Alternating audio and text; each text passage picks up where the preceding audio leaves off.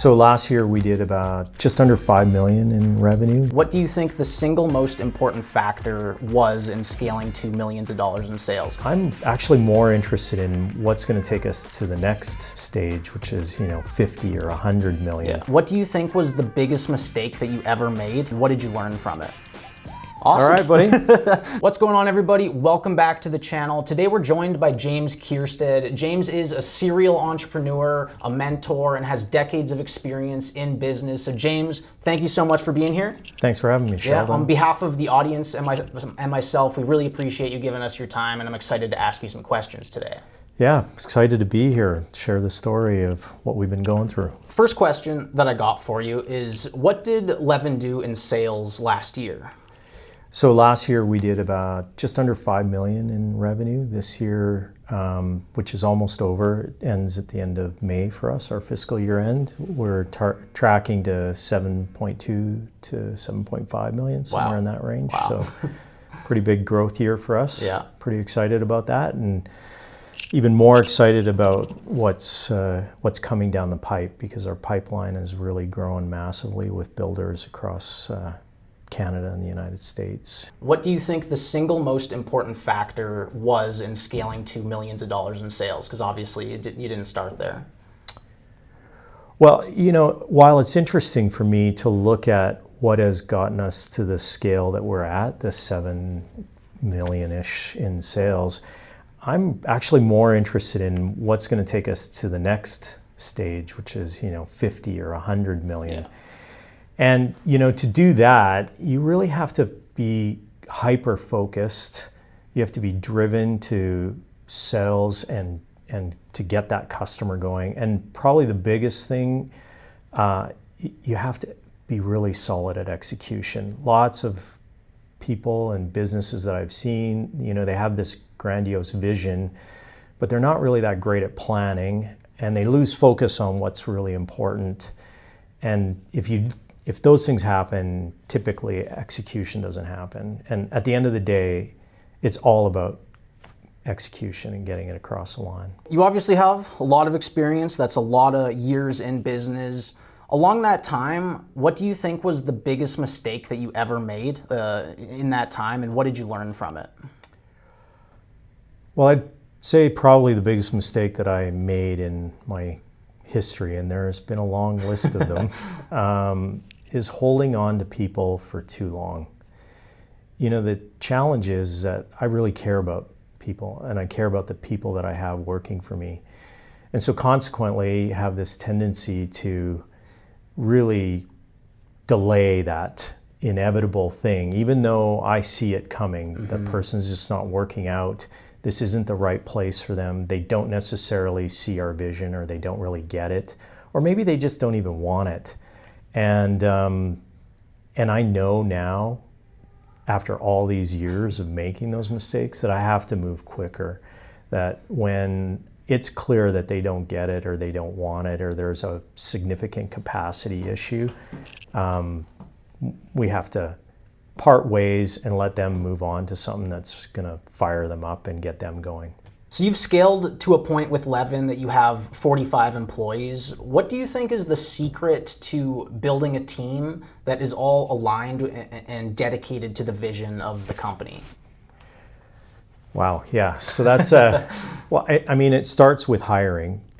Make sure that the people that you're hiring really are passionate about what you're doing, and that they get it. At the end of the day, if people get it and they really want it, they can learn all the other stuff that, we tend to learn as we're going along sometimes.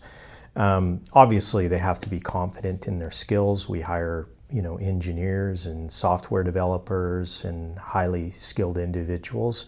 So they have to have that capacity, but you can't get passion into people. It has to be teach the there. Passion. Yeah, you can't teach the passion. Yeah. But then on top of that, you have to, a lot of businesses forget that you have to be really clear about what are they supposed to do. Lots of people in the workforce today they get into a job and they get sat down, a computer put in front of them. They don't get any onboarding. They don't get any clarity about what their role is. They maybe don't even have all the tools they need to do the job. So we really focus on the onboarding process to make sure that, hey, they understand the company. They understand the role really clearly and the outcomes we expect for that role.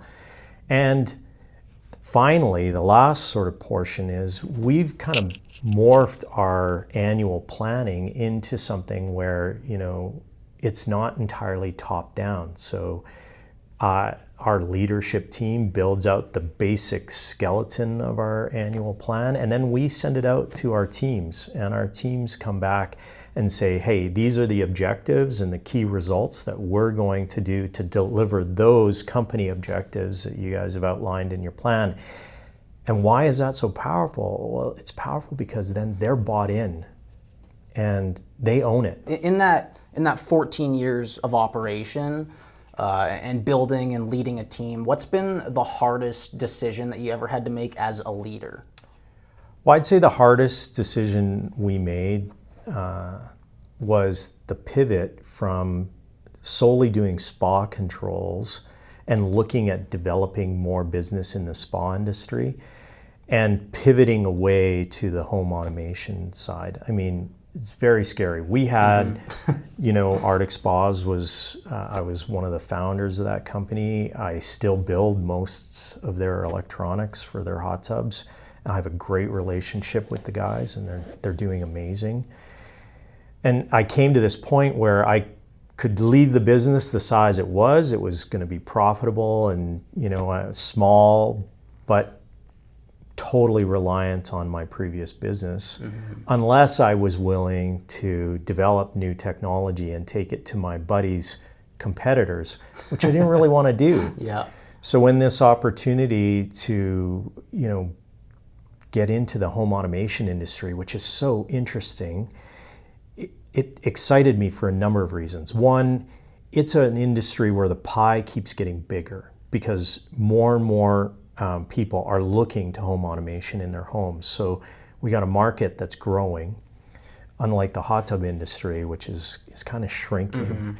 And it's a massive, massive market. And so it had this great opportunity to really scale exponentially, which where we were before, we wouldn't have been able to do that in the hot tub business. But it comes with so much more risk. And that's the part that's scary, but hard. Also hard. Yeah, it's hard, it's scary, and I tell people I have a lump in my throat a lot, but every day it gets a little easier. One thing you hear a lot is like high risk, high reward. Is that something that you would say you've kind of experienced in your career so far? I've always kind of believed that we manage the risk. It's one of the reasons I've been an entrepreneur all my life is that entrepreneurs tend to see risk differently. And we feel like it's less risky to be in control of what we're doing than to, rely on someone else for our livelihood. Yeah. I will say, though, that as time goes on, your sensitivity to the risk definitely nulls a little. Like, I make bigger mistakes now. I take larger risks, even though I consider myself to be a fairly risk-adverse person. I'm not comfortable with uncertainty, which makes me kind of different from most entrepreneurs. I have a twin brother, for example, who was in Arctic Spas with me, and he is he can just fly with all that risk all the time, and it doesn't seem to bother him, that uncertainty. For me, it keeps me up at night. And yet, people that work regular 9-to-5 jobs would say that I'm crazy with the amount of risk that I take. Yeah. So it's kind of an interesting dichotomy, isn't it? What do you think is the number one skill that separates successful entrepreneurs from the rest? I don't know if I'd call it a skill. I'd call it an attribute. And I would say that the number one attribute that separates entrepreneurs or successful entrepreneurs from others is resilience. I mean, you can have the greatest plan, you can execute like crazy, you can have the funding, but what is it Mike Tyson said? Everyone's got a plan until they get punched in the face. And that happens in business on a regular basis, right? And you have to be able to pivot, you have to be able to stick to it, and you have to be able to adapt and keep going. I don't know any other way. It's been the way I've been since I was a child. Both my brother and I were entrepreneurial from a very young age. And so I don't know any other way. I joke around with my wife now, and I tell her like I'm completely unemployable at this point in my life because I've been doing it this way for so long. But yeah, just keep going. The follow-up question to that, so there was never like a moment in time where you were like, I want to be an entrepreneur, or like an inflection point where you're like, I need to start my own business, I can't work for somebody else? You've just always sort of been that way? I've always been that way, but I will say I have had moments of the other way where I've been like, okay, I should probably go out and get a real job. You know, I should try and do this. And I have worked in places. It's not like I've 100% only been an entrepreneur. I worked for a hot tub company. I worked for while I was in university, I worked for restaurants and everything. So I worked for other businesses, but it always came down to the same thing. If I couldn't impact how I earned by doing better or doing more, I would quickly get bored of that and I'd move on. Have you had any mentors in your career, and how important, if you did, how important would you say they were to your success? Yeah, I have had a few mentors. I'd say the one that's stands out the most is a gentleman named Michael Walsh. He taught me a lot about how to grow sales in a business, how to structure a business for sustainable, so it could be long and sustainable.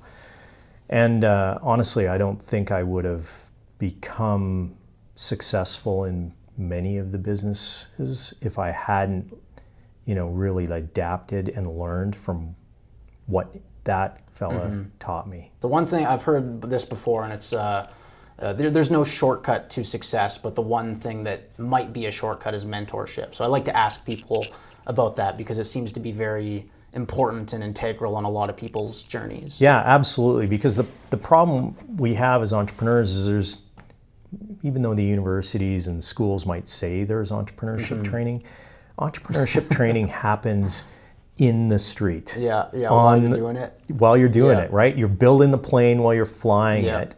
And there's no better resource than someone who has done it before, who can help you see where the pitfalls are, where the problems might happen with your ideas or your plan, and more importantly, where you're doing things right. Because sometimes we don't have that.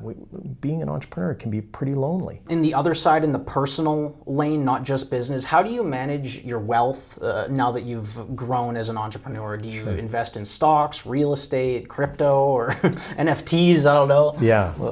Well, so firstly, I'll say, I'm relatively conservative on the investment side. I risk so much in my businesses. And that's where most of my net worth sits, in either my business, or I'll invest as an angel investor in businesses that I really understand. I feel like I have more control over the outcome of those investments. That being said, I do have a broker who manages our, stock portfolio and stuff. I don't I don't invest in real estate because I don't know anything about it, and my belief is stick to the stuff that you know. To anybody out there that wants to be a successful entrepreneur, wants to build and grow and scale companies, but if they don't know where to start, how would you suggest? What is the first thing that you would suggest they do? Well, start small and start now. You know, growing a business is really about building momentum. Think of it like pushing a car. You know, when you're trying to push a car and you're first pushing and you push so hard and nothing moves. And then all of a sudden it moves an inch and then a couple of inches. And then pretty soon you're running alongside that car and you got one hand on it. Momentum in business is very similar to that. If you keep pushing and keep adjusting and learning and growing, eventually you'll get to where you want. And you may not succeed in that first business, but that's okay. You'll take those lessons and bring it into the next one. I call that failing forward, really. And there's so much resources nowadays. It's not as scary and lonely and difficult as when I first started being an entrepreneur. For sure, yeah. There's just so much more resources. Yeah, There's so definitely. many more people that are willing to help, and even the stigmatism around failure has really changed over time. If you could recommend a single book that somebody goes and reads if they were starting out on their journey, if they wanted to take action today and go learn from a valuable resource that you found value in, what would be the number one book that you recommend? Oh, that's easy. Hands down, the number one book. I recommend it. I actually keep copies and give them to people, is Traction by Gino Wickman. It is really a very simple book about how to create vision, how to build out a really solid plan, and how to get everyone on board and rowing in the same direction with really simple, easy to use tools that are something that an entrepreneur could really get and take action with without overwhelming them with complexity. Thank you very much. That's what we had for on the question document today. Okay. I really appreciate your time, James. Yeah. Hopefully everybody Great to meet you, Sheldon. Yeah, it was great to meet you too, and I got to see your facility. I guess you guys can't see the facility behind us. Maybe I'll get a picture of it or something. But this is a full manufacturing facility, and it was really impressive, and it's a really amazing facility. So thank you for letting me come and talk with you today. Yeah, no problem, Sheldon. Anytime. Cool. So I wish you guys all the best of luck on your own entrepreneurial and investment journey. Have a great day. Thanks for watching. Peace. Thanks.